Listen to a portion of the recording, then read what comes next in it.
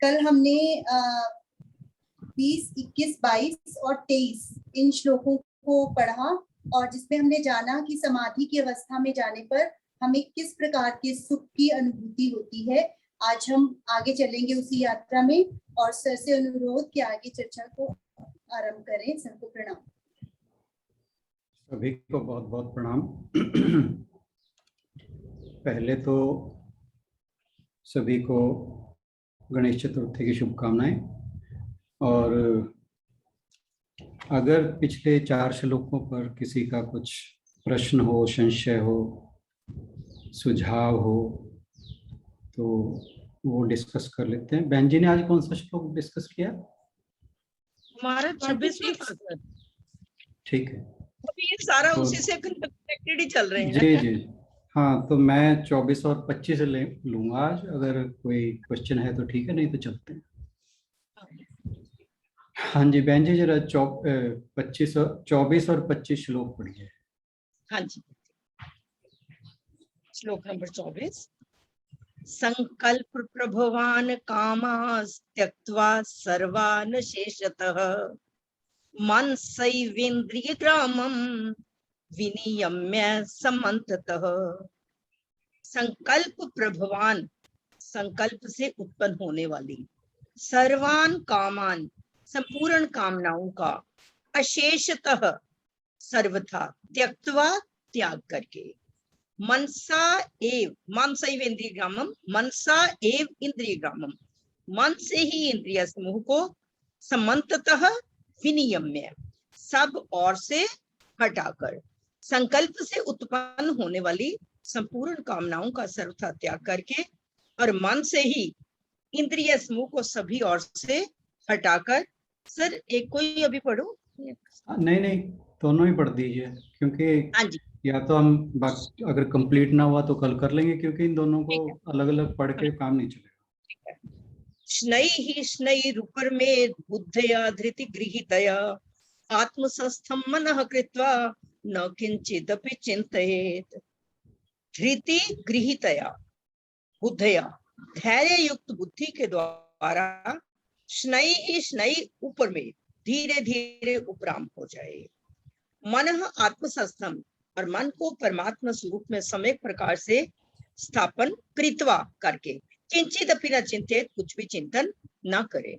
धैर्य युक्त बुद्धि के द्वारा धीरे धीरे संसार से उपराम हो जाए और मन को परमात्मा स्वरूप में सम्यक प्रकार से स्थापन करके कुछ भी चिंतन ना करे।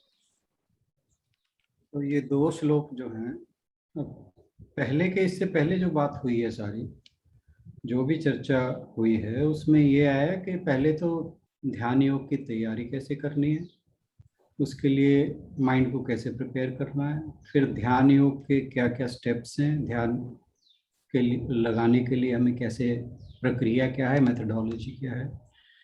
फिर आया कि जब ध्यान पूर्ण लग जाता है, पूर्णतः लग जाता है, तो फिर जो समाधि की अवस्था है उसमें क्या क्या अनुभव होते हैं, वो पिछले 4 श्लोकों में किया। अब यहाँ पर जो भगवान जी बता रहे हैं कि जब हम ध्यान में बैठते हैं तो फिर जो कुछ, अगर कोई बाधाएं आती हैं, डिस्ट्रैक्शंस आती हैं या कोई हर्डल्स, प्रॉब्लम्स आती हैं, तो उनको डिस्कस किया है यहाँ पे, उनसे कैसे बचा जाए, उनसे कैसे पीछा छुड़ाया जाए, तो ध्यान जो है ताकि हमारा डिस्टर्ब ना हो। तो यहाँ पर जो सबसे पहली आई है ना, वो है संकल्प से उत्पन्न होने वाली संपूर्ण कामनाएं, यानी अनकंट्रोल्ड डिजायर। संकल्प हमने इसी चैप्टर के शुरू के श्लोकों में भी किया था। संकल्प शिव संकल्प सूक्त में भी हमने किया था। तो संकल्प के बारे में हमने जाना था कि संकल्प क्या है, कि एक तो यही कि अनकंट्रोल्ड डिजायर है, एक डिजायर से दूसरी, तीसरी, चौथी ऐसे बनती जाती है। और क्या है कि जब हम कोई संकल्प करते हैं, पहले तो मन में कोई इच्छा होती है, और किसी चीज के बारे में इच्छा, और ऐसी चीज के बारे में इच्छा जिससे हमें लगता है कि ये प्राप्त हो सकती है। ठीक है, फिर जब वो लगता है कि हमें प्राप्त हो सकती है, फिर हम उसके लिए कोशिश करते हैं, तो वो मन में संकल्प बन जाता है। तो ऐसे ये जो फिर एक संकल्प बनता है उससे दूसरा, तो जो एक अनकंट्रोल्ड डिजायर की एक चेन बन जाती है। तो भगवान जी यहाँ बता रहे हैं कि इसके लिए करना क्या है, क्योंकि मन को आत्मा में स्थित करने के लिए जो हमारा लक्ष्य है ये समाधि वाला, कि ताकि हमारा मन पूर्णतया आत्मा में स्थित हो जाए, उसके लिए हमें अपने मन को सभी इंद्रियों से हटाकर और जो भी इच्छाएं हैं उनको बिल्कुल जड़ से खत्म करना है, ताकि मन आत्म स्वरूप में स्थित हो जाए। और ऐसी सभी कामनाओं को त्यागना है जिनसे ये लगे कि हमें कुछ और सुख की प्राप्ति होगी। क्योंकि जब हमें ये लगता है कि इस इच्छा के पूरे होने पे ये सुख प्राप्त होगा, फिर हमारे माइंड में और डिस्ट्रैक्शंस बन जाती हैं, फिर नेक्स्ट के लिए हमारा माइंड तैयार हो जाता है। तो वो एक, मैंने कहा ना, श्रृंखला बन जाती है। तो हमें उसे रोकना है, क्योंकि जैसे ही हम किसी भी वस्तु या किसी व्यक्ति के लिए अपने मन में कोई इच्छा रखते हैं, कोई विचार, खास तौर पे इसमें राग द्वेष वाली बात ज्यादा इम्पोर्टेंट है, कि जैसे कोई लाइक या डिसलाइक है, किसी भी चीज की हमें लाइक या डिसलाइक है, किसी भी पर्सन की, व्यक्ति की लाइक या डिसलाइक है, तो फिर हमारे माइंड में एक विचार उत्पन्न होता है, और फिर उस विचार से आगे विचार पे विचार, विचार पे विचार बनते चले जाते हैं, और हमारा मन जहां हम काम कर रहे हैं या हम जिस काम में लगे हुए हैं वहां से हटके, बॉडीली हम वहीं प्रेजेंट है, पर माइंड एक अपने चेन ऑफ थॉट्स बनाता चला जाता है। जैसे मकड़ी जाला बुनती चली जाती है ना, ऐसे ही हम अपने माइंड में एक जाला सा बुन लेते हैं। क्योंकि हम जितना एक उस विचार के ऊपर चिंतन करते हैं, जितना हम उसके ऊपर टाइम बिताते हैं, तो क्या होता है कि हमारी जो मेंटल पावर है वो सारी वहीं पे कंसंट्रेट हो जाती है, और बस उसी विचार को उग्र से उग्र करती चली जाती है। और हमें फिर उन चीज़ों के ऊपर बहुत ध्यान देने की जरूरत है जो हमें बहुत ज़्यादा पसंद है, या जिनसे हमें बहुत ज़्यादा ईर्ष्या, द्वेष है, नफरत है। ये दो चीज़ों पे, जैसे बहन जी अभी मैं सुन रहा था, वो भी इन्हीं बातों पे बात कर रही थी, यही डिस्कशन कर रही थी कि हमें ये चीज़ को बहुत चेक करना होगा कि हमें बहुत ज़्यादा स्ट्रॉन्ग डिजायर्स किस चीज़ के लिए हैं, कौन सी चीज़ हमें बहुत ज़्यादा पसंद है, या कौन सी चीज़ जिससे हम बहुत ज़्यादा हेट करते हैं। जब हमें ये पता लग जाएगा, फिर क्या होगा, फिर हम, जब माइंड को ये चीज़ पता हो जाएगी, क्लियर हो जाएगी, फिर तभी हम कोशिश करेंगे कि इनको कंट्रोल कैसे करें, संयम कैसे करें मन का। ये जैसे मान लो हम यहाँ पे बैठे हैं, क्या नाम है, इस चर्चा में बैठे हैं, जूम मीटिंग में बैठे हैं, सपोज करो हम सभी बैठे हैं और एकदम से कोई कॉल आती है, ठीक है ना, हमारा माइंड डिस्टर्ब होता है, हम क्या करते हैं, तुरंत उसे सब बिना वक्त गवाए उस तरफ विचार को ले जाए बिना तुरंत उसे बंद कर देते हैं। बिल्कुल ऐसे ही करना है हमें। जब भी कोई ऐसा थॉट आए जो स्ट्रॉन्ग डिसलाइक या स्ट्रॉन्ग लाइक, अब यहाँ पर क्या है कि हमारे लिए जब हम इस चर्चा में बैठे हैं, जो एक फोन की कॉल आ रही है, वो उससे हमें ये है कि ये हमें डिस्टर्ब करेगी। यहाँ पे स्ट्रॉन्ग डिसलाइक है, हमें कोई भी कॉल आती है हमारे लिए, वो हम उसे अच्छा नहीं मान रहे, तो हमने क्या किया, उसे तुरंत बंद कर दिया। अगर हम सोचते रहें उसके बारे में, तो हमारा ध्यान इस मीटिंग में ना रहकर जूम मीटिंग में नहीं रहेगा, फिर इस चर्चा में नहीं रहेगा, फिर बार बार यही सोचते रहे पता नहीं किसकी कॉल थी, क्या था क्या नहीं था। तुरंत अगर हमने बंद कर दिया, बात खत्म। और यही काम हमें करना है कि जिस चीज के प्रति हमारी स्ट्रॉन्ग लाइक या स्ट्रॉन्ग डिसलाइक है, उस थॉट को हमने डेवलप नहीं होने देना, उस विचार को हमने आगे नहीं बढ़ने देना, उसे हमें एनर्जी नहीं देनी, ऊर्जा नहीं देनी कि ये और क्या होगा और क्या होगा और क्या। जहां हमने उस थॉट को, विचार को एनर्जी दी, फिर वो अनकंट्रोल्ड हो जाएगा। क्योंकि हमारी इंद्रियां, ये हमारी सेंसेस या इंद्रियां जो हैं, उनकी एक कैरेक्टरिस्टिक है, उनका ये खासियत है कि वो जो भी चीज उसे बहुत ज्यादा पसंद है या बहुत ज्यादा उससे नफरत है, तो उनके पीछे भागती है। तो अगर व्यक्ति ये जो इस तरह के संकल्प से पैदा होने वाली इच्छाएं हैं, इनको अगर त्यागने में सफल हो जाता है तो फिर उसके मन में क्या, अब जैसे हमने वहां रोक दिया, बात खत्म हो गई, अब हमारा माइंड स्ट्रांग है, हम उस चीज के ऊपर कंसंट्रेट नहीं करेंगे। तो हमारे क्या हुआ, माइंड के अंदर एक पावर आ गई कि हमने इस थॉट को एनर्जी नहीं देनी, ठीक है। तो हमारे माइंड में एक स्ट्रेंथ आ गई। तो यही काम हमने करना है। इसीलिए कहा जाता है कि जब हम ध्यान में बैठें, भगवान जी ने बताया था यहाँ पे इसी चैप्टर के अंदर कि ध्यान के लिए बैठने के लिए एक स्वच्छ और शांत वातावरण होना चाहिए। उसका मतलब क्या है कि डिस्ट्रैक्शंस ना हो, क्योंकि कोई भी डिस्ट्रैक्टिंग थॉट अगर आता है और वो मन को या बहुत पसंद है या उस मन को उससे बहुत घृणा है, तो वो तुरंत वहीं भागे। तो हमें इस चीज पर लगाम लगानी है। और जैसे जैसे हम ध्यान के अंदर हमारी प्रोग्रेस होती है, तो हम बात बार बार करते आए हैं कि ये बड़ा स्लो प्रोसेस है। तो जैसे जैसे हम प्रैक्टिस करते हैं, अभ्यास करते हैं, तो हमें ये कोशिश करनी चाहिए हर बार जब हम मेडिटेशन के बारे में बात करें कि हमारे माइंड पे ये लाइक और डिसलाइक के कोई स्ट्रॉन्ग इम्प्रेशंस ना बने। अगर हमारे माइंड पे ये जो इनके स्ट्रॉन्ग इम्प्रेशन है, इनकी छाप गहरी पड़ जाती है अगर, तो फिर ध्यान के समय वहां पर बहुत ज्यादा डिस्टर्बेंस होती है। ये सबसे ज्यादा यही डिस्टर्ब करते हैं। तो जो मन की शुद्धि की बातें पहले बताई है ना, वो सारी इसीलिए इम्पोर्टेंट है, क्योंकि अगर हम बिना तैयारी के, मन को तैयार किए बगैर ध्यान में या मेडिटेशन में बैठेंगे, तो फिर इस तरह के थॉट्स से छुटकारा पाना लगभग नामुमकिन है, असंभव है। तो हमें बार बार हमें ये ध्यान करना पड़ेगा कि हमारे मन के जो राग द्वेष हैं वो खत्म हो रहे। वो चाहे होगा स्लो, क्योंकि हमारे जो संस्कार जन्मों जन्मों के बने हुए हैं, वो ऐसा नहीं कि स्विच, लाइट का स्विच है बंद कर दिया तो खत्म और ऑन कर दिया तो शुरू, ऐसे नहीं होता। ये बहुत ही स्लो प्रोसेस है, बहुत ही धीरे धीरे चलने वाली प्रक्रिया है, और हमें इस पे सतत लगातार काम करना है। और हम जब प्रैक्टिस करते रहेंगे तो जरूर सफलता जरूर मिलती है, परंतु क्या है कि ऐसा नहीं होना चाहिए कि 4 दिन बैठे 6 दिन छोड़ दिया। थोड़ी देर बैठे, वक्त की कोई कॉन्स्ट्रेंट है, कुछ दिक्कत है या कुछ ऐसी परिस्थिति उत्पन्न हो जाती है, तो अगर आप 15 मिनट बैठते हैं तो 2 मिनट बैठे, मतलब जैसे कहते हैं ना हाजिरी लगाना, हाजिरी लगाने वाला काम जरूर करें, ताकि हमें एक आदत बनी रहे। आदत बनी रहेगी तो हमारे जो संकल्प विकल्प हैं वो धीरे धीरे कम होते चले जाएंगे। और एक चीज और है कि जब हम अपने मन को इंद्रियों से कहीं और खींचते हैं तो क्या होता है,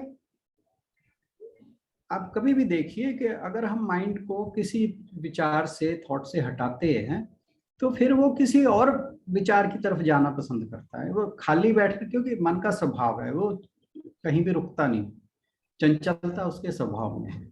तो अगर हमने एक विचार से हटाया तो वो दूसरा विचार उसे चाहिए। तो अब हमें क्या करना है, एक बेटर अल्टरनेटिव प्रोवाइड करना है उसे।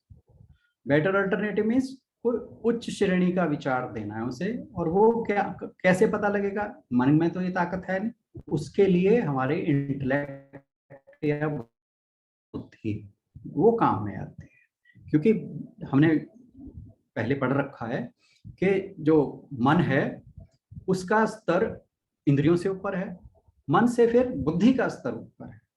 तो बुद्धि के द्वारा हमें ये देखना है कि ऐसा कौन सा थॉट है जो हमें, जो निम्न तरह के विचार हैं, नेगेटिव थॉट्स हैं, उनको रिप्लेस करके हम कौन सा ऐसा विचार दें मन को जिससे ये एक उसे काम मिल जाए, वो बिजी हो जाए और जो नेगेटिविटी है उसकी तरफ ना जाए।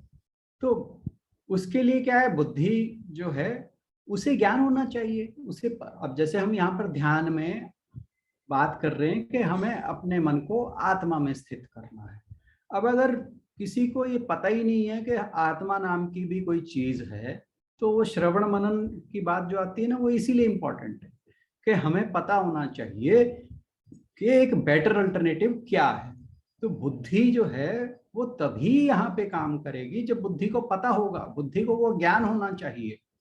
इसीलिए मैं बात कर रहा था कि श्रवण मनन ये पहले स्टेप्स हैं जो हमें पता होने चाहिए, ताकि हमारी बुद्धि जो है मन को एक बेटर अल्टरनेटिव प्रोवाइड कर सके, ताकि हम एक बेटर विचार पे लग सकें। और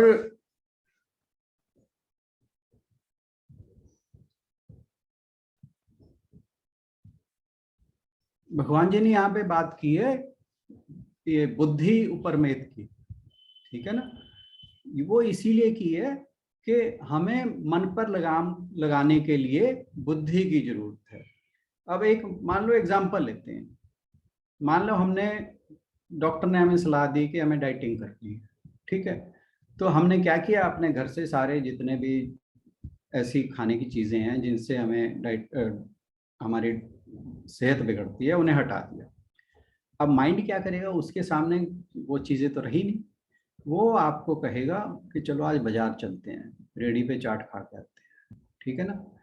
तो क्यों, उसने उसे कुछ ना कुछ चाहिए। अब अगर आप अपनी बुद्धि यूज करके उसे समझाते हैं कि नहीं, अगर रेडी पे जाकर चाट खाएंगे तो हमारी सेहत का सत्यानाश हो जाएगा, जो डॉक्टर ने कहा है वो तो फिर उसको बिल्कुल निष्फल हो गया, उसका कोई मकसद ही नहीं रहा करने का। तो क्या हुआ, हमने एक उसे बेटर अल्टरनेटिव दिया। तो फिर क्या है, मन को एक हमने बेटर अल्टरनेटिव दे दिया और मन जो है फिर वो शांत हो जाता है। तो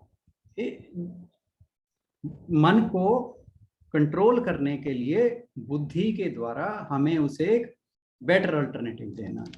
और यहाँ पर क्या है ध्यान में, हमें मन को सारी चीजों से हटाकर उसे मन में आत्मा में स्थित करना है। उसे हमें बताना है, क्यों, जो इंद्रियों के पीछे क्यों भागता है, उसे सुख चाहिए, ठीक है ना।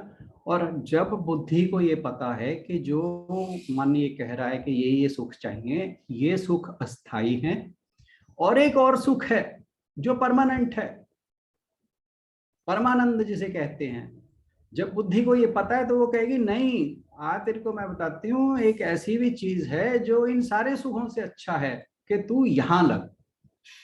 और यही ध्यान की समझ लो पूर्णत्व है। जब मन को उसने लगा दिया यहाँ पे बुद्धि ने आत्म स्वरूप के ऊपर, फिर चीजें बहुत इजी होती जाएंगी और वो जो समाधि का लक्ष्य है वह पाना आसान हो जाएगा।